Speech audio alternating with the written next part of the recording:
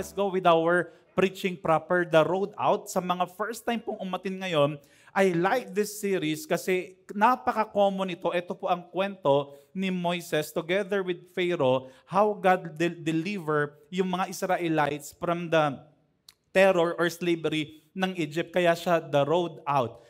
Unconsciously, there are some of you here, you are slave in a mental situations, emotional burdens, hindi mo alam, may pinagdadaanan kayo ngayon. I have a story before, itong leader na ito, laging irritable, tapos laging naiinis, tapos alam mo yung galit siya lagi, only to realize that there are emotional burden, mental pressure na meron pa rin siya. And you might not think, or hindi man ikaw yung slave ngayon, but there might be some of you here that may emotional burden, may mental slavery ka ngayon, and the goal of this series is you will be able to realize na merong way out, na pwede kang makalabas, and whatever the cycle of slavery, the cycle of addiction na meron ka ngayon, or whatever sins that entangles you, ay kaya kang palayain ng Diyos. The title of the week 2 is God over the gods of the Nile River. Okay, ito po ay ang Diyos over the gods of the Nile River. Sa mga wala po dito, i-shortcut ko lang, bibilisan ko lang, paano po ba nagsimula ang kwento? Kasalanan talaga ito ni Joseph, kidding aside. So bakit? Kasi si Joseph the dreamer ay nakapanaginip na kung saan ay magkakaroon ng tagutom ng maraming taon. At hindi ito napagandaan ng maraming bansa except for Egypt. And because of this, Joseph was promoted to become the second man in command, second man na pinakamataas sa position sa Egypt, and he became a governor at the time. And dahil doon, siya ay naging respected. At dahil may matinding tagutom, yung mga Hebrew o yung mga Israelita ay dinala doon sa Egypt. But the problem is, can you say 400 years? Sinabi ko to sa preaching last week, ang similarities niya ay yung time ni Joseph hanggang doon sa pagdi-deliver ay 400 years. And the book of Malachi hanggang pagdi-deliver ni Jesus on the cross ay took 400 years. Tingnan niyo yung kapag kapare-pareho niya. Now, after 400 years, ay nakalimutan na ng mga Egyptians yung ginawa ng forefather ng mga slave na mga Hebrews or Israelites. And because of this, ginawa nilang slave yung mga Israelites o yung mga Hebrews. But God made a promise to Abraham, Isaac, Jacob, na kung saan tutuparin niya, and eto yung starting point ng pagtupad ng Diyos sa pangako. And nakakasunod po ba kayo? Now we are on the second leg of our series because papatunayan ng Diyos sa buong Ehipto na pinakamalakas na bansa during the time that the God of Israelites, the God of Hebrews, in which slave nung time na yon, is really the God. Kaya the title of this is God over the gods of the Nile River. Now, sino sa inyo rito, napanood nyo na yung 10 Commandments? Kaya sa 10 Commandments, laging kasama doon yung 10 plagues or 10 plagues ni Moises. Now, the question is, why 10 plagues? Natanong nyo na po ba ito, bakit ba 10? I don't know if you asked this. Another question, what are the purpose ng mga plagues na ito? Bakit ba kailangan 10 pa? Pwede bang isa na lang? And another question that you might be asking, am I also worshiping a false God? Alam niyo po ba, napakaganda ng kwentong ito because every plagues na binigay ng Diyos through Moises ay may mga ibig sabihin. Alam niyo, natanong ko ito, no? As we all know, yung pang-10 plagues o yung testing na binigay ng Diyos, yun ang naging dahilan kung bakit pinalaya ng Pharaoh yung mga Israelites. Can you recall with that? Naalala niyo po yun. Now, may tanong. Bakit kailangan pang ibigay yung 1 to 9 kung pwede namang dumiretso na lang sa number 10? Natanong nyo na po ba yun? Because all of those questions like that ay unti-unting masasagot ngayon. What's the purpose of the plagues? The plagues are testings. If you will relate this in your life today, Lord, bakit ko pinagdadaanan yung financial difficulties ngayon? Lord, bakit ko pinagdadaanan yung problema ko sa anak ko? Kung problema mo yung katabi mo ngayon, pakisabi sa kanya, plagues kita eh. Hindi, joke lang po. Okay, joke lang. Huwag niyo pong sabihin yan. Pero siguro natanong niyo ito sa sarili ninyo, Lord, bakit ba feeling ko na-trap ako dito and I feel like ang dami ko mga pinagdadaanan na sabay-sabay. And in connection with the title of this, God over the gods of the Niles River, Lord, wala namang kaming sinasambang Diyos ngayon na iba. You might just don't know. Maybe you are prioritizing things na pinapalitan yung pagiging Diyos ng buhay mo. Listen with this preaching because this message will rebuke, correct, and even guide you to a better perspective about your life. Pwede bang palakpakan natin si God? Okay, are you excited? Pakitapik naman yung katabi mo, pakisabi sa kanya, para pala ito sa'yo lahat. Okay? Kaya makinig ka, huwag kang matutulog. Ang makatulog, pagagising mo na sa Nile River ka na. Now, as we continue with this, then the Lord said to Moses, Pharaoh's heart is hardened. He refuses to let the people go. Now, I want to underline the word, the Pharaoh's heart is hardened. By the way, kasi we shifted sa verse 14, pero yung 1 to 13 ay kinausap na ni Moises si Pharaoh na pakawalan. Tapos ang ginawa ay binitawan ni Aaron yung kanyang staff, yung kanyang tungkod, at naging ahas ito. At ang sabi ng mga magicians ni Pharaoh, kaya rin namin yan. Nung hinagis nila yung kanilang tungkod, yung kanilang staff, anong nangyari? Naging ahas din. But the main difference ay kinain nung staff o yung ahas na binato ni Aaron yung lahat ng mga staff or ahas ng mga magicians. Then ano ang ginawa ng Pharaoh? Hindi niya pinalaya yung unang plague, the water turned into blood, ay may encounter na bago pa dumating yon. Then the story started with Pharaoh's heart is hardened. Now, if you will look at this, to answer the first question, why is it kailangan pang pagdaanan yung 1 to 9, pwede namang dumiretso sa number 10. Did you ever ask that? Kasi as we all know, nung namatay yung anak ni Pharaoh, that was the turning point ni Pharaoh para pakawalan niya yung slavery o yung mga Israelites or Hebrews. You know why? Tanong niyo kung bakit. Because during the plagues, alam niyo po ba na meron pong nire-rebuke si God every time na may ibibigay siyang mga plagues?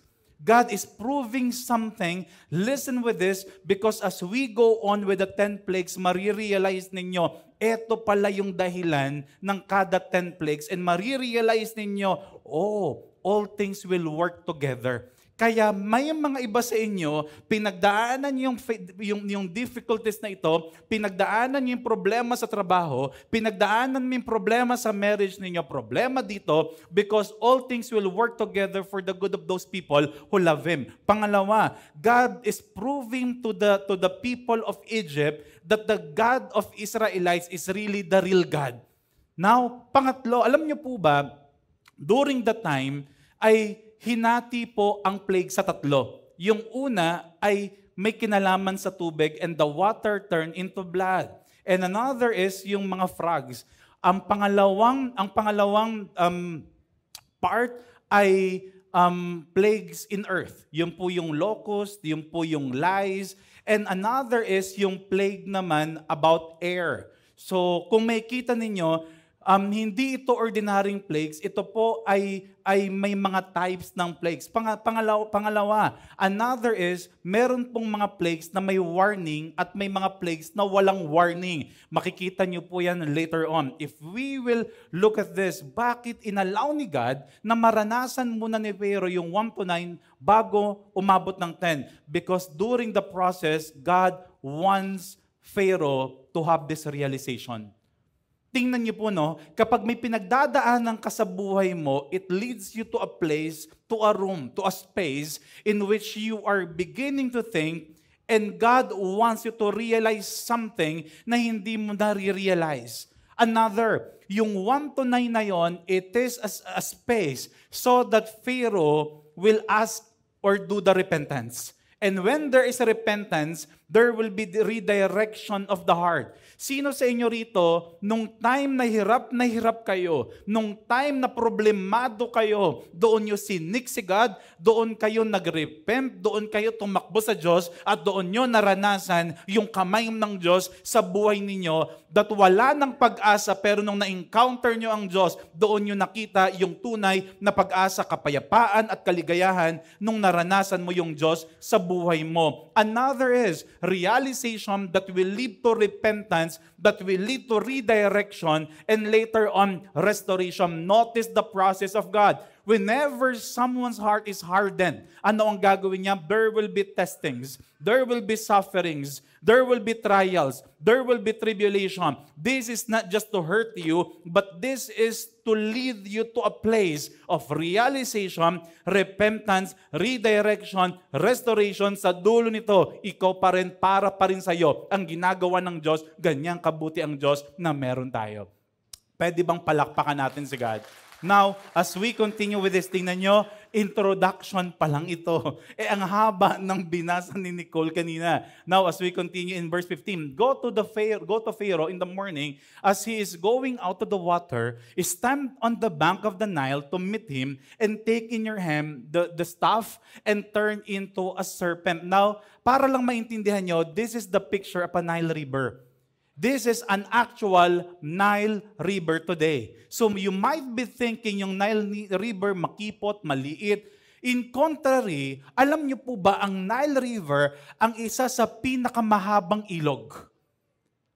When you say that there is water, the water turned into wine, napakadami pong naapektuhan nung time na ito. Para maintindihan ninyo, another picture of a current Nile River today. Ganyan po ang itsura niya. So, ang iniisip ninyo na Nile River, maliit, maiksi lang, tapos para bang pwede kang tumawid, malawak, malaki, mahaba po ang Nile River. Now, if you will look at this, and you shall say to him, the Lord, the God of the Hebrews, sent me to you, saying, let my people go, that they may serve me in the wilderness. But so far, you have not obeyed. Now, I want to underline the word, you have not obeyed. Let me tell you this, alam ng Diyos kung ano ang status ng buhay ninyo ngayon. Alam ng Diyos kung anong status ng puso mo ngayon. Alam ng Diyos if you are on a track or on a field that you're obeying God or you are still wandering ngayon sa buhay mo. And there will be options to go back to obey God in your life or to retain or manatili doon sa dating mong buhay. But one thing is certain, alam ng Diyos kung nasaan ka ngayon. Alam ng Diyos kung anong status ng buhay mo ngayon. Alam ng Diyos if you are living in your sins. Alam ng Diyos kung ang buhay mo ngayon ay may fulfillment. Alam ng Diyos kung ikaw ay empty ngayon. Alam ng Diyos yung direksyon ng buhay mo. Alam ng Diyos yung kaliit-liit ang nararamdaman mo. This is a picture that God knows everything. And if you will look at this, ang utos niya kay Moises, kay Aaron, ay pumunta doon sa Nile River because the Pharaoh will be there. Anong ibig sabihin nito? God is in full control. Alam ng Diyos yung iniisip mo, alam ng Diyos kung saan ka papunta, alam ng Diyos kung ano yung direksyon ng buhay mo, at alam ng Diyos kung paano papalambutin yung puso mo. Now, as we continue with this, thus says the Lord, by this you shall know that I am the Lord. Behold, with the staff this is in my hand, I will strike the water that is in the Nile, and it shall turn into blood. The fish in the Nile shall die. In contrary, what we think ay naging pula lang yung Nile River. Alam niyo po ba, all the living things inside the Nile River died. And the Nile River during the time ay source ng kanilang buhay. Source ng kanilang pagkain. It's a picture of provision. Whenever they think about Nile River, pagkain namin ito. And the Egyptians will grow weary of drinking water from the Nile. And as you all know, dito rin sila umiinom. And this leads us to the first plague at the time. The water turn into blood. And this also leads me to the first point, God over the gods who provides. Alam niyo po ba nung time na yon, sabi ng mga ibang mga scientists na dinebunk din later on, ang pagiging pula daw at nung naging blood yung tubig, ito raw po ay cause ng microorganism or bacteria that causes yung pagpula ng Nile River. Now, the question is, bakit sabihin na natin merong ganon? Pero bakit saktong-sakto kung kailan tinaas ni Aaron, ni Moises, yung staff nila, then saka naging dugo yung Nile River? How can you explain that? And how can you explain that after 7 days na inispeak ni Moises, doon nawala? There are times that we reason out logically bakit nangyayari ito sa buhay natin. But one thing is certain, the more that you reason out, the more that you prove that God does not exist, the more that it will lead you to a place na ipapatunayan na ang Diyos ay totoong Diyos ng buhay mo. Now, para maintindihan niyo po, alam niyo po ba kung bakit ito yung unang plague na binigay? Because during the time, sa mga hindi po nakakaalam, ang Nile River ay sinasamban ng mga Egyptians.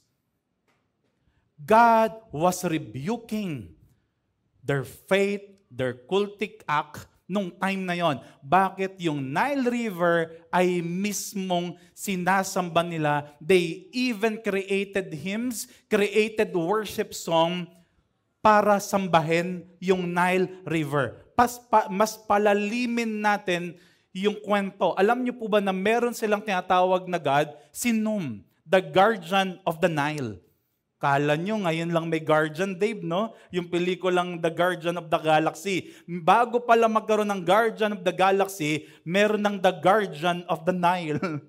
Pero alam nyo po ba, pinapahiya ng Diyos yung Diyos ng Ehipto. Bakit? During the time, Num was not able to guard yung ilog kung totoong Diyos siya. So ang akala nyo lang, it's a simple plagues na binigay ng Diyos.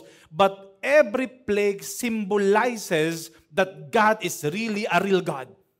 And during the time, pinahiya ng Diyos, yung Diyos na ang pangalan ay Num, the guardian of the Nile, he was not able to guard kung totoong Diyos talaga siya. Another, ang pangalawa ay si Hapi.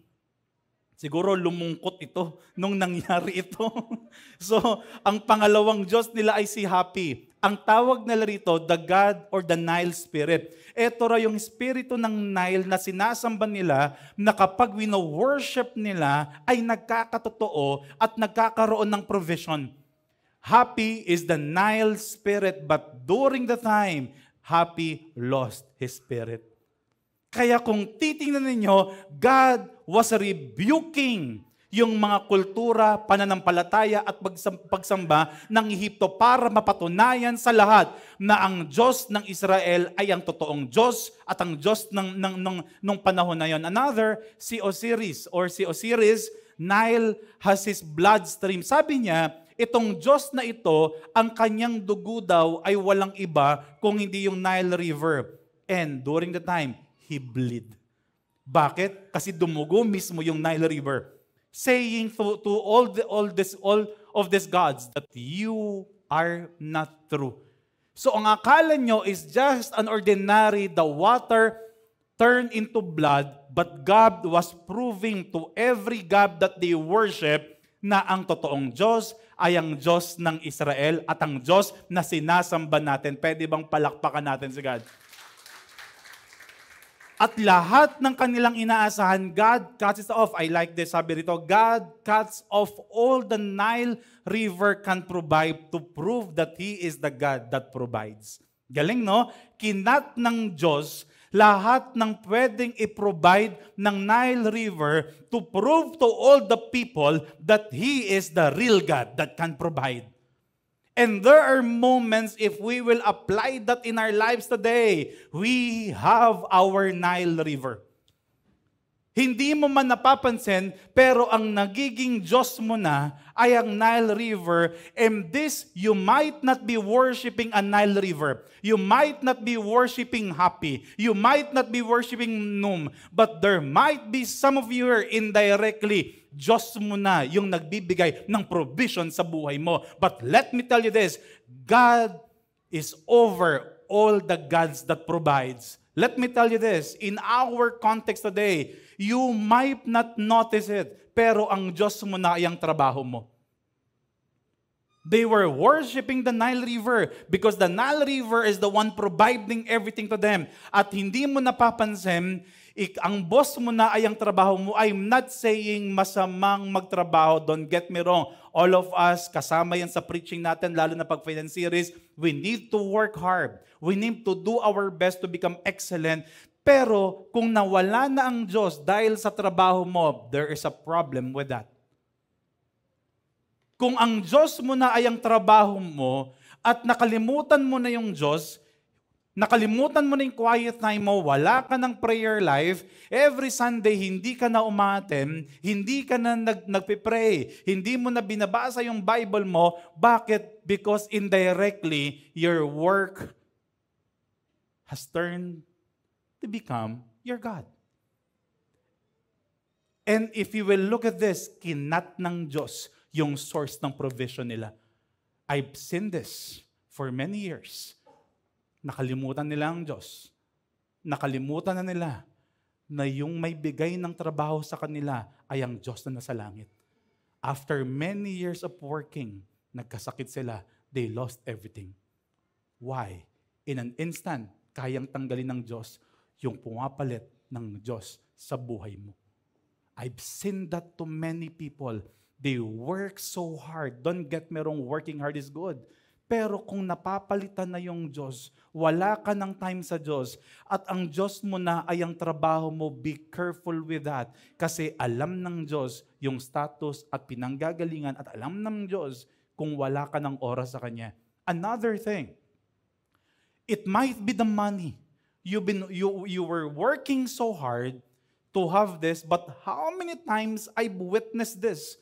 Ilang beses ko nang nakita ito, for 20, 30 years, nakalimutan niya na yung Diyos, nag-ipon siya, napakarami niyang pera, bang! After retirement, he or she was diagnosed to have cancer. After 3 to 6 months, namatay.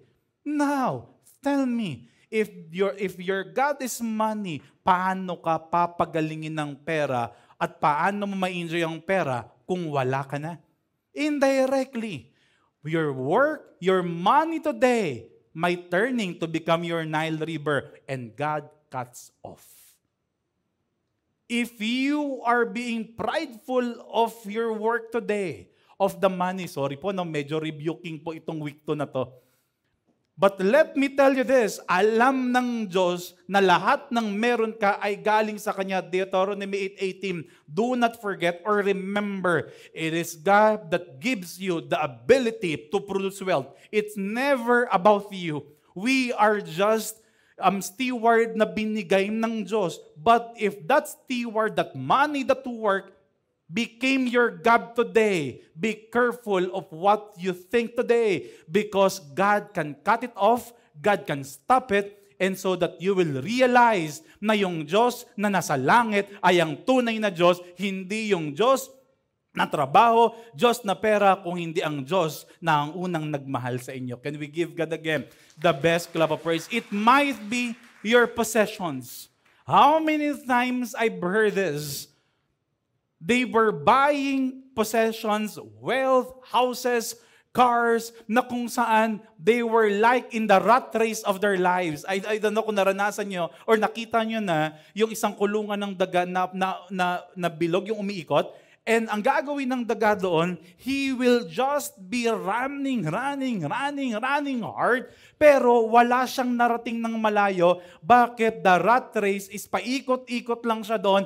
How many of you encounter this in your life? Don't get me wrong, okay pong mag-invest, okay po na magtrabaho, pero kung wala na ang Diyos during the process, there is a problem. If you are acquiring wealth, if you are being rich today, and if you have God, there's no problem with that. The problem will come kung meron kang pera, meron kang possession, pero wala kang Diyos.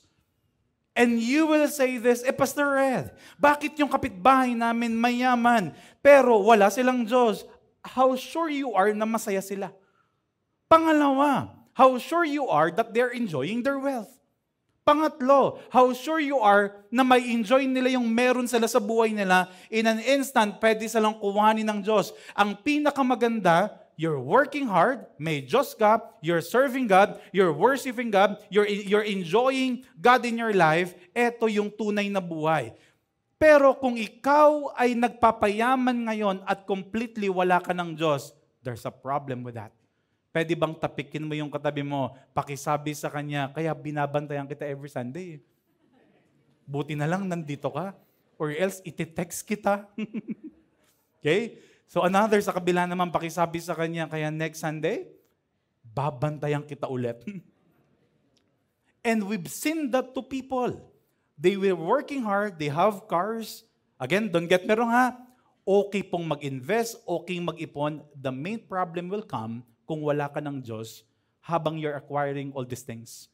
How many times I've witnessed this? They have everything in their lives. All of a sudden, something came. They died. And they were not enjoying it.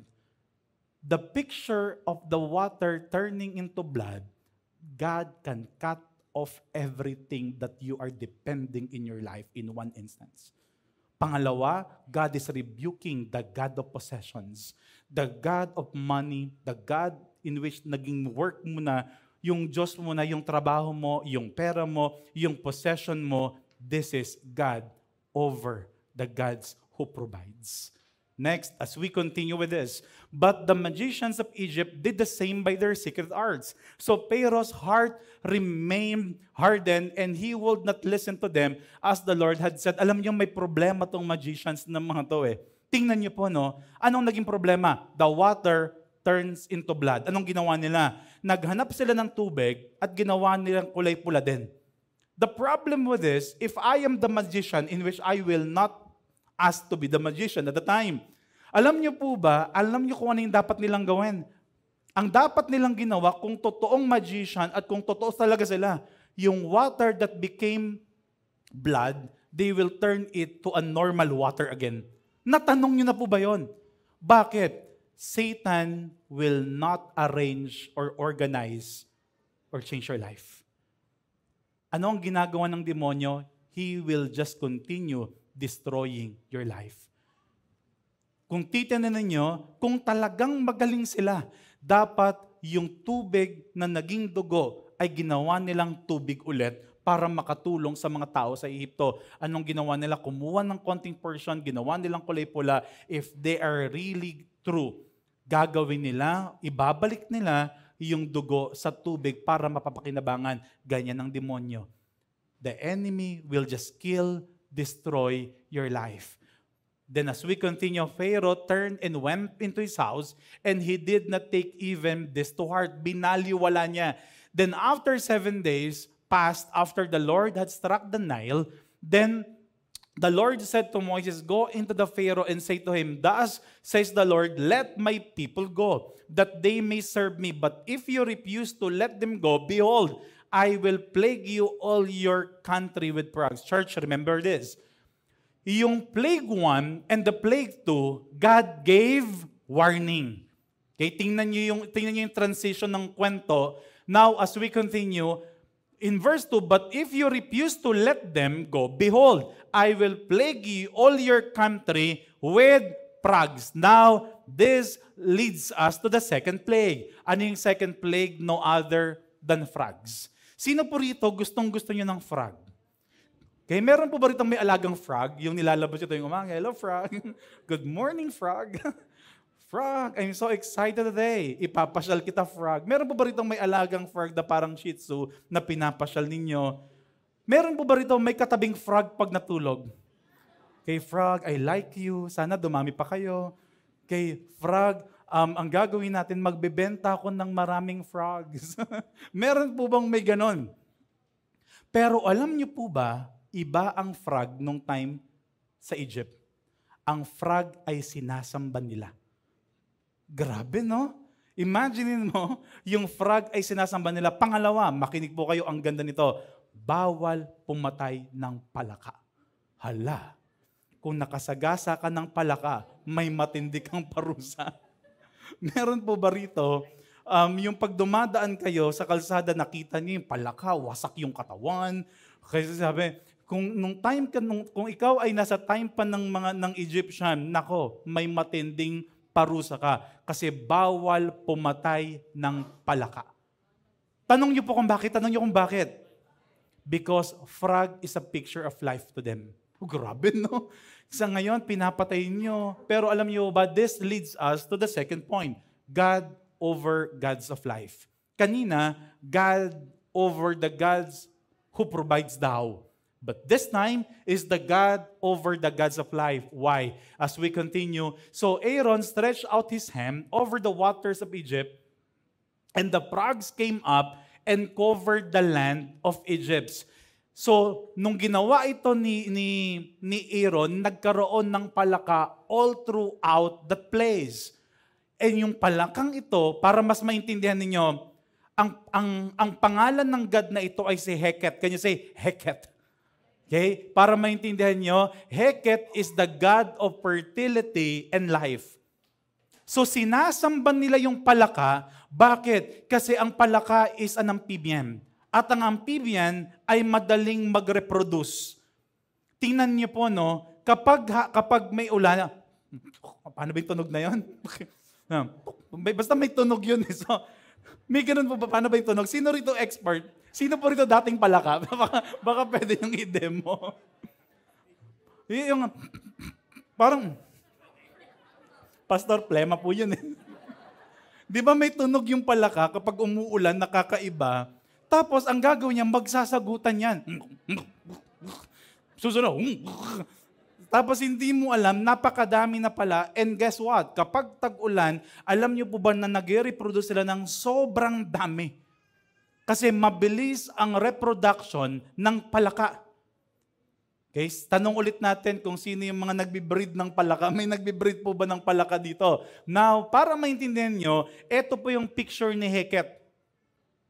Literally, he is a goddess. Diyos siya nung time na yon.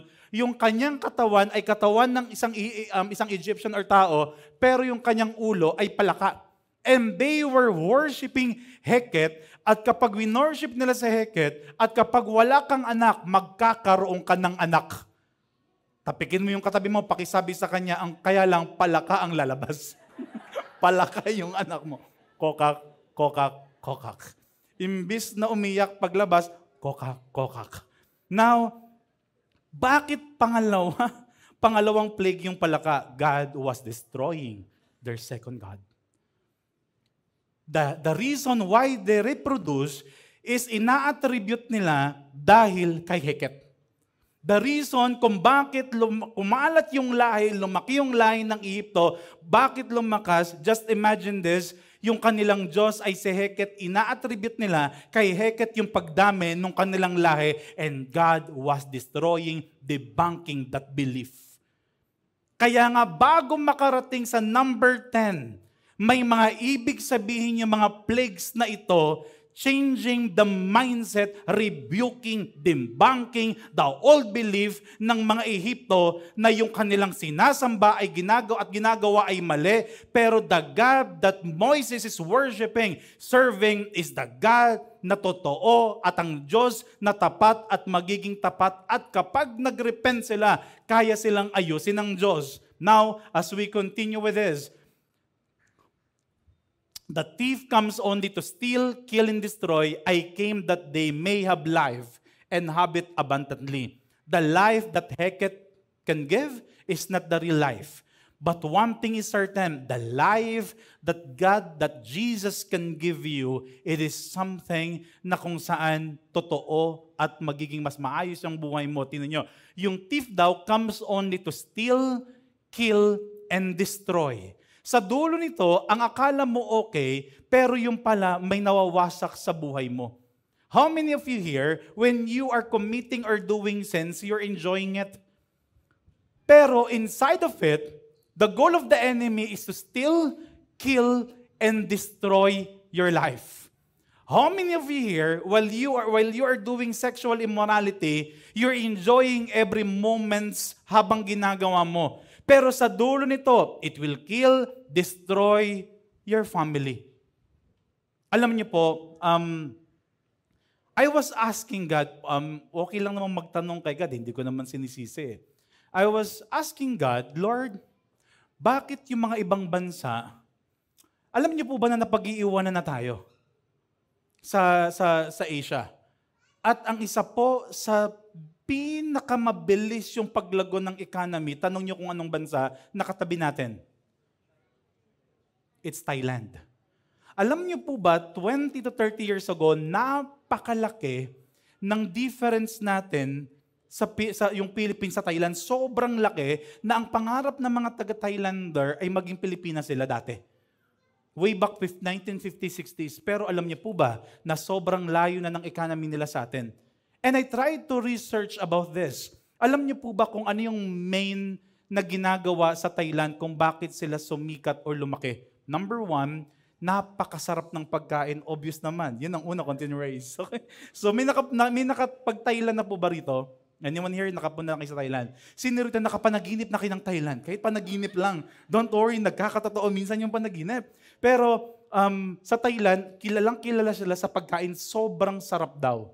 Pangalawa, kilala sila doon sa pagbabago ng muka. Yung pangit, kayang pagandahin. Naka-ready na yung katabi mo, ikaw yun. Ang pag-asa mo, Thailand na lang. Alam niyo po ba, don't get me wrong, no, hindi naman to recorded, yung mga gustong mag-sex, magpalit ng kasarian, ang pinaka number 1 ngayon ay Thailand. Bakit? Napakamura. Tingnan mo ulit yung katabi mo, pag nagpalit ka, magiging heket ka. Okay, so, now, Pangatlo, alam niyo po ba kung ano yung isa sa magaling pa sa kanila? Yung kanilang tourism, sobrang galing sa pagmamarket. Talagang pag nandoon ka daw, ay okay. Pang-apat, alam niyo po ba na yung prostitution sa kanila ay hindi bawal? Hindi po talaga bawal. Meron pa nga silang, gay, yung boy lady. Basta boy lady na kung saan, ay yung lalak o yung gay ay nagbibihis ng babae at pwedeng ilabas yon at hindi sila hinuhuli ng pulis. Alam niyo po ba kung ano, sabi ko, Lord, bakit ganon? Ang yaman ng Thailand. Bakit kami ganito? Alam niyo po ba kung ano yung pinakabawal sa kanila? Tanong niyo kung ano. Tanong niyo po ano. Salamat sa tanong na galing sa akin. I tried to research this, ang pinakabawal sa kanila magsugal. Walang kasino ni isa. Promise. Mag-research kayo, bawal ang kasino magsugal sa kanila. Bakit? Kasi pag may pagkain, yayaman ka. Kapag sa medical, ay yayaman ka, makakatulong sa industriya, yung tourism makakatulong, pero pag ang tao ay nagsugal, wawasakin nito ang pamilya niya. Pag nagsugal ito, magnanakaw na rin yan. Pag nagsugal ito, ano ang gagawin niya? Ay maapektuhan yung relationship nila, magsasangla, magbebenta. How many of you here, you've been in gambling, sa una na nanalo ka, sa dulo, palugi ka ng palugi. Sabi nga kung gusto mo mawasak ang pamilya mo, dalawang gawin mo. Mambabahay ka, magsugal ka, sigurado, wasak ang pamilya mo. Sigurado yon. If you will look at this, sabi doon sa research na binasa ko, the only thing na pinakabawal sa Thailand, hindi prostitution, hindi yung homosexuality, bawal sa kanila magsugal kasi alam nila wawasakin ito yung buhay ng kanilang citizen. Why I'm saying this, church? You might just don't know the simple things that you are doing, the pornography, the gambling, yung mga simple na kala mo okay lang, it's actually destroying your life. Destroying your family, and hinahadlangan nito yung relasyon mo sa Diyos. As we continue with this, Then Pharaoh called Moses and Aaron and said, plead with the Lord to take away the frogs from me, from my people, and I will let the people go to sacrifice to the Lord. Sabi niya, Moses, makiusap ka naman sa Diyos mo, tatanggalin na. At kapag nangyari ito, ay papalayain ko na, I want to underline the word plead with the Lord. Papalayain ko na yung mga Israelita, yung ina-ask mo na makalaya na. And the Lord did according to the word of Moses. The frogs died out in the houses, the courtyards, and the fields. Tingnan ninyo, no? Ano ang ginawa? Ano ang turing nila? Bawal pumatay ng palaka. But what happened during the time? All frogs died. Galing ng plagues, no? Ang galing ng purpose. The one that they were worshiping for thousands, hundreds of years, God killed them all, saying that He is really God. Pwede bang palakpakan natin ang Diyos? Now, in verse 14, and they gathered them together in heaps and the land stank. I want to underline the word stank. Sa Tagalog ng tang, sobrang baho. Tingnan mo yung katabi mo. Pakiamoy. Hindi ikaw yun. Okay, may mga naubo, no? Okay, so kidding aside, sobrang baho ng amoy na kung saan hindi mo raw kayang tiisin. The one that they were worshiping, na yung goddess ng fertility ng life, pinatay lahat ng Diyos. But when Pharaoh saw that there was a respite, kumbaga na nahimik na, may mga ganun tayo na, Lord, gawin mo lang ito, magsiserve na ako. Lord, tanggalin mo yung mga palaka, pero nung nawala na yung palaka, na nahimik na, wala ng problema, tumigas ulit yung puso ni Pharaoh. Oh, sounds familiar. Naranasan niyo ba yan, Lord? Bigyan mo lang ako ng ganito. Magko-commit na ako sa'yo. Lord, i-bless mo lang ako ng ganito. Hindi kita kakalimutan. Pero nung nabigay na ng Diyos, unti-unti mo na naman nakakalimutan lahat ng pinangako at yung purpose ng Diyos sa buhay mo.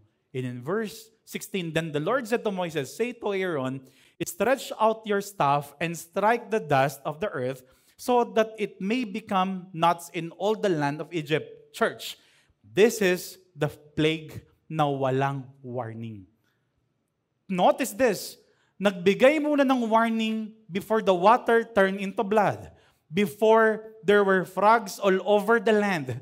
Pero ito yung walang warning ngayon. And plagues testing might come without warnings. Notice this, may variation ang Diyos. May mga iba may mag-warn sa inyo, but there will be some testings, plagues in your life na walang warning, telling the warning is not that so important. What's important is kanino ka tatakbo during the time of testing, plagues in your life.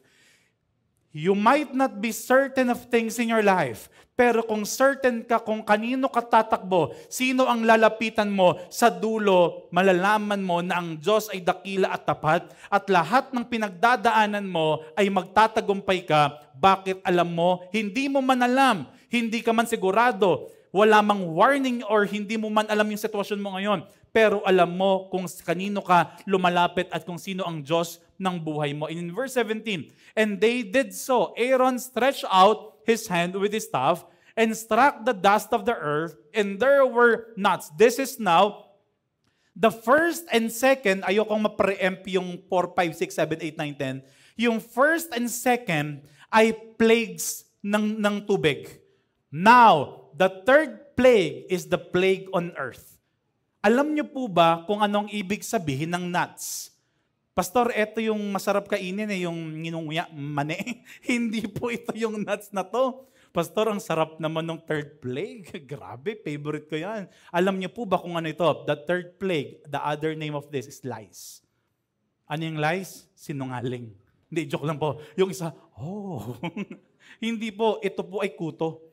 Tingnan mo nga ulit yung katabi mo kung mukhang may nangangamot ba dito. Pakisabi sa kanya, naku, yung pangatlong plague, nasa sayo pa din. Yung plague po ay kuto. May mga kuto po ba rito ngayon? May mga iba po ba ngayon na kapag natutulog kayo, may mga maliliit na maraming paa na gumagapang. But kidding aside, the third plague is the lies, and this leads me to the last and the third point. What is this? God as the only true God. Pastor, naintindihan ko po na yung first plague ay yung Nile River ay ang Diyos nila. At sa Nile River, maraming Diyos na sinasamba. Si Nam, si Hapi, si Orisis. At naintindihan ko rin po na yung frog ay sinasamba nila kasi ang amphibian, maraming siyang nire-reproduce, maraming anak, so God of fertility.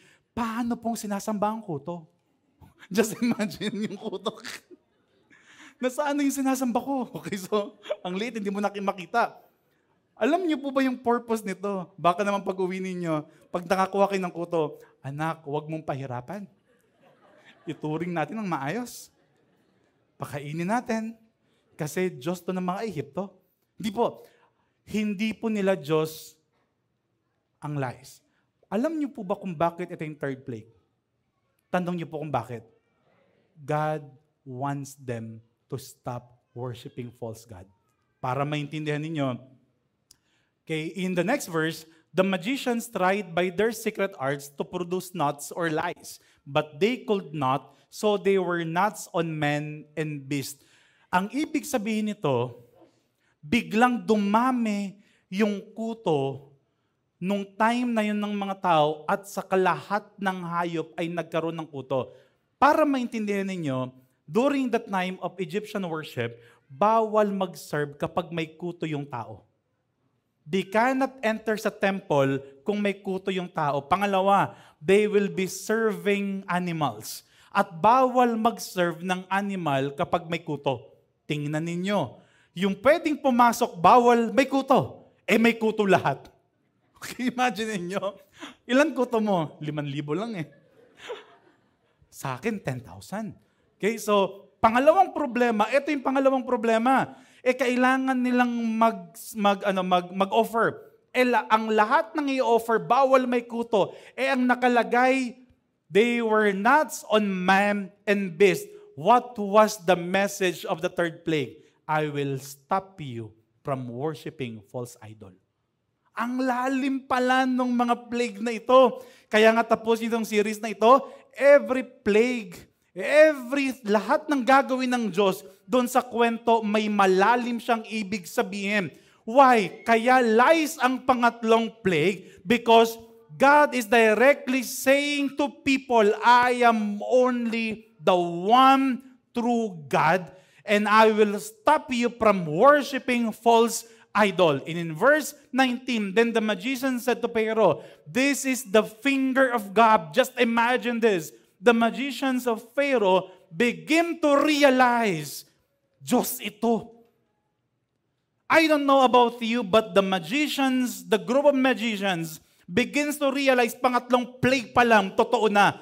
Bakit lahat ng Diyos nila ni-rebuke through the plague? Second, the frogs na bawal patayin, all of them died. Pangatlo, yung source of worship nila, bawal pumasok sa temple, lahat ng i-offer, bawal may lies, and all of a sudden, biglang nawala. Why? Because God is not doing the plague for the purpose para pahirapan yung mga Israelita. He was doing all these things to prove that He is a real God. Pastor, hindi naman kami sumasamba sa tubig. Hindi naman kami sumasamba sa frogs. Yung katabi ko, yes, may lies, pero ako wala. Ang yabang mo pa, no? Nagturo ka pa. Pero the question right now, who is your God today? You might be thinking na okay ka lahat. Pero baka naman, may iba ng Diyos yung buhay mo. Alam niyo, pag mahal niyo yung tao, siya yung una mong iisipin. Siya yung, pagkagising mo, you will be excited. How many of you here nung naniligaw ka, excited ka nang gumising, tingnan yung phone. Nag-reply siya. Ang reply niya, who you? Ang sakit. But there were moments that you were excited and every day, you will be excited again. Minessage mo ng mahaba. Tapos ang reply sa'yo, who you again? Humaba ng konti, may again na. Pero you are excited until na napangasawa mo. You love that girl so much. Is that what you feel whenever you hear God? Is there excitement, something in your heart, that when you worship, tears will begin to fall? Kasi sobrang mahal na mahal mo yung Diyos. But there will be moments na wala ka ng time sa Diyos. That you are busy doing many things na extra mo lang ang Diyos. I like this verse, sabi niya, for you shall worship no other God, for the Lord whose name is jealous, He is a jealous God. Ibig sabihin, kung napapalitan na, you might not have Nile River today. You might not have frogs today. But there might be things in your life na pinapalitan yung Diyos. I like this verse as I want to end. He must increase, but I must decrease. You know what happening in your life? Hindi lang possessions, hindi lang money, hindi lang work. Yung nagiging problema mo, may mga time, ikaw na yung Diyos ng buhay mo. Bigla ka nang yumabang, bigla ka nang nagkaroon ng entitlement. Why? Wala ka dati, meron ka na ngayon. Now, nabaliktad na. You begin to increase and God is slightly, gradually decreasing. What's the point of this message? There is no other than God. There's no other God in this world. All over the Nile River today, before the frogs, walang ibang Diyos na dapat mataas sa buhay mo kung hindi si Jesus. I don't know about you. If you want to have that long-lasting solution in the problems that you have in your life, kung may mga pinagdadaanan ka at hindi ka makalaya, unahin mo ang Diyos. Siya yung magiging Diyos ng buhay mo. He will be the God all over the provisions in your life. No, there will be no other God before Him.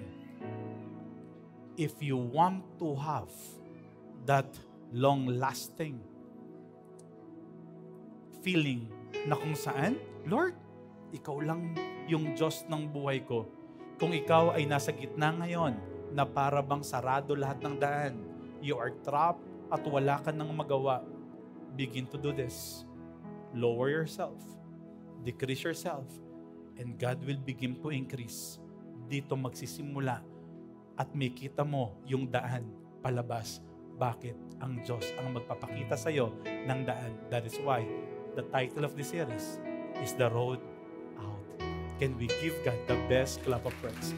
Can I just invite everyone to stand up as we end with this? Lord, we thank you. Lord, I pray that you will become personal today. Can I just invite everyone to close your eyes, bow their heads? Lord, I pray that you will become personal. If there are some of you here, you were living in sins, and your heart is hardened, o may mga bagay na nakalimutan mo na pala yung Diyos, may mga bagay na kung saan iba ang na-priority mo. If you are that person, alam niyo pinakamaganda? God is leading us to a place of realization, place of repentance and restoration. God never meant to break you, to destroy you. He just wants to love you, to restore you. No one is looking at you. If you are that person today, Lord, I am sorry kung may mga time na palitan kita, God. Kung may mga time, iba yung priority ko. Kung may mga time, iba yung inuna ko. No one is looking at you. Can you boldly raise your hands and say, Lord, ako yun. Maybe your idols today might be your Netflix. Maybe your idols today is your television. Maybe your Facebook.